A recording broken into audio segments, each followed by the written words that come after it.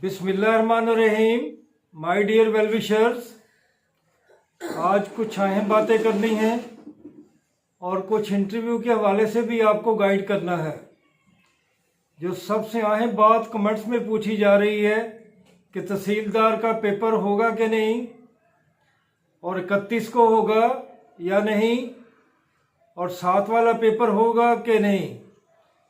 तो dear well wishers, ज़्यादा आप कोर्ट का हवाला देते हैं। बिलाल भाई ने करप्शन के खिलाफ आवाज़ उठाई, उसका नतीजा क्या हुआ कि पीपीएससी ने पेपर लीक करने वालों को रिटर्न टेस्ट देने से रोक दिया। अब यही रिटर्न टेस्ट से रुकने वाले लोग हाई कोर्ट में चले गए, लेकिन अभी तक स्टे ऑर्डर उन्हें नहीं मिला। नोटिस मिला है, लेकिन मुझे उम्मीद है कि इससे पहले कि स्टे ऑर्डर मिले, ये 31 अक्टूबर वाला और 7 नवंबर वाला पेपर हो जाएगा। इसलिए आप पेपर की तैयारी करें और बहुत मेहनत से, तवज्जो से तैयारी करें। मैट्रिक से शुरू होकर पीएमएस सीएसएस की तैयारी करें। दूसरा, जो कल इशू बना था कि कल फिजिक्स और केमिस्ट्री की तारीख लगी थी, लेकिन वो केस जैसे कि मैंने पहले बताया लेफ्ट ओवर हो गया।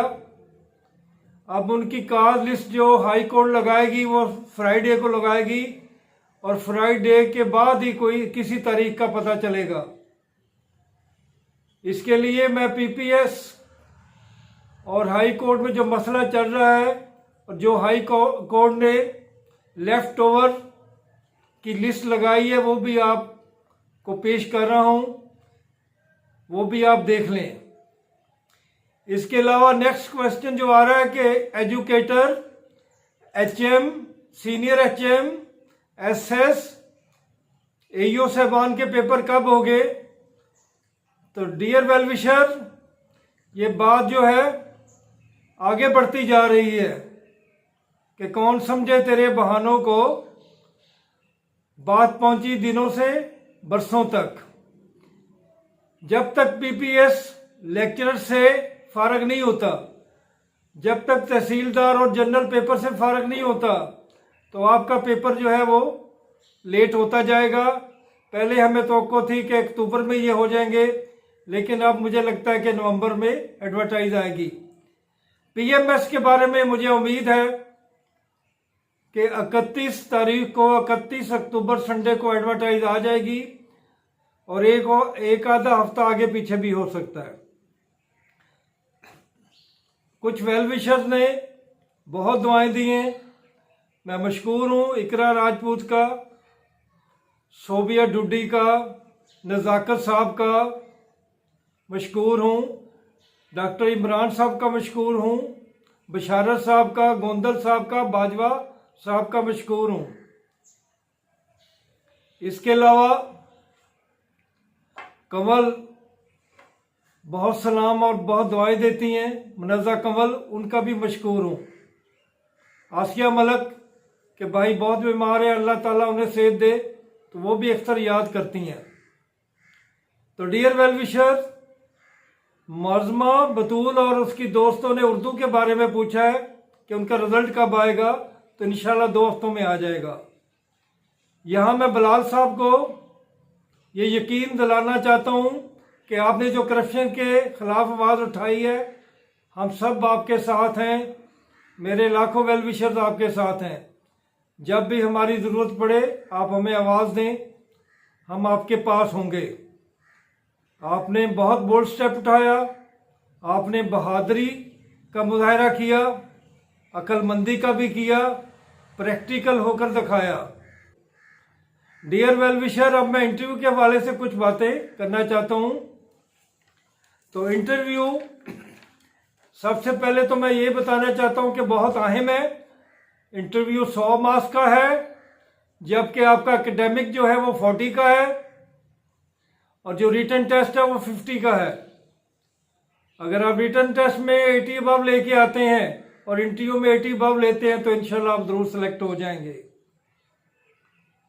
इसकी कमेटी जो बैठती है उसकी कॉन्स्टिट्यूशन कुछ इस तरह से है कि जहां कैंडिडेट बैठता है उसके सामने चेयरमैन कमेटी और उसके चेयरमैन कमेटी राइट पे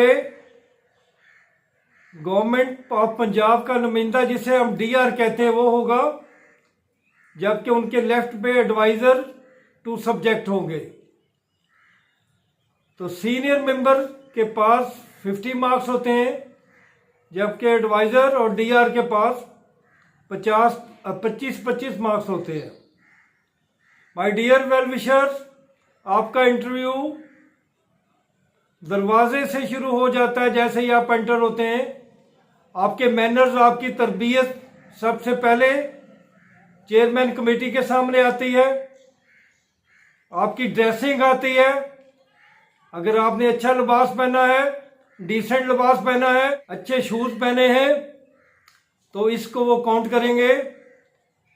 अगर मर्द हज़रात पेंट कोट पहनते हैं तो टाई जरूर लगाएं। इसी तरह अगर शलवार कमीज पहनते हैं तो वास्कर जरूर पहने। इसी तरह जो फीमेल कैंडिडेट हैं अच्छी शाल इस्तेमाल करें, डिसेंट कलर का ड्रेस इस्तेमाल करें, भड़कीले कपड़ों से बचें। उनकी जो शूज़ हैं वो भी एक सिंपल और सादा होने चाहिए, तो इसका ख्याल करें। डियर वेल विशर, तरबियत पहले जाती है और एजुकेशन बाद में जाती है। अगर आप तरबियत और मैनर्स में हार गए तो मैंने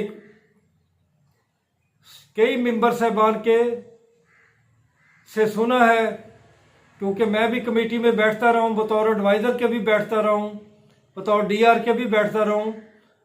तो अगर किसी ने टाई नहीं पहनी, किसी का बटन टूटा हुआ है और पेंट कोट पहना हुआ है, पेट नज़र आ रहा है, तो वो कह देते हैं कि आप जा सकते हैं, आपका इंटरव्यू लेने की क्या ज़रूरत है। वो इंटरव्यू तो ले लेते हैं लेकिन वो नियत कर लेते हैं कि इनको पास नहीं करना। इसी तरह अगर वो आपको कुर्सी पे आगे करने के लिए कहते हैं और आप घसीट कर कुर्सी आगे करते हैं तो आप नाकाम हो जाते हैं। चाय और पानी की पेशकश करते हैं, अगर आप चाय और पानी का गिलास लिफ्ट तक सही तरीके से नहीं ले जाते तो फिर भी वो अच्छा नहीं समझा जाता। Dear well wisher, eye contact का बेहतर इस्तेमाल करें। इसी तरह जो सवालात पूछे जाएं, जो भी मेंबर पूछे उसकी तरफ देखें और स्माइल दें, कंफ्यूज मत हो। अगर कोई सवाल नहीं आता तो सॉरी कर लें। इसके अलावा आपके सामने कम्युनिकेशन स्किल होना चाहिए, बहुत डिसेंट तरीके से, प्रोनाउंसिएशन अच्छी, डिक्शन अच्छा इस्तेमाल करना चाहिए। और जिस लैंग्वेज में मेंबर या चेयरमैन कमेटी सवाल करता है उसी लैंग्वेज में आप जवाब दें। अगर वो उर्दू में बोलते हैं तो उर्दू में जवाब दें, इंग्लिश में बोलते हैं तो इंग्लिश में जवाब दें। तो डियर वेल विशर, एक और बात पूछी जाती है कि पीएचडी और एमफिल के मार्क्स होते हैं। तो इस दफा जो 20 को शुरू हुआ था सिलसिला, उसमें ना पीएचडी के मार्क्स है ना एमफिल के मार्क्स हैं। अब next video dear well wisher में बनाऊंगा जिसमें इंट्रोडक्शन के बारे में बताऊंगा और जो सवाल चेयरमैन कमेटी पूछते हैं और जो डीआर पूछता है या एडवाइजर पूछता है उसके बारे में भी इंशाल्लाह बताऊंगा। आखिर में पीपीएससी के नज़र एक शेयर करता हूं, क्योंकि पीपीएस एक ऐसी महबूबा है जो कि अक्सर बेवफाई कर जाती है, तो उसमें फिर इस तरह की फीलिंग पैदा होती हैं, जो तेरे हुस्न के फकीर हुए, जो तेरे हुस्न के फकीर हुए, उनको तफ्तीश कारोबार कहाँ, उनको तफ्तीश कारोबार कहाँ, दर्द बेचेंगे गीत गाएंगे, दर्द बेचेंगे गीत गाएंगे, इससे खुशबख्त कारोबार कहाँ। तो इंशाल्लाह आपसे जल्दी मुलाकात होगी। मुझे अपने दुआओं में याद रखिएगा। इंशाल्लाह कल या परसों फिर मैं हाजिर होऊंगा। अल्लाह ताला आपका हामी और नासर हो।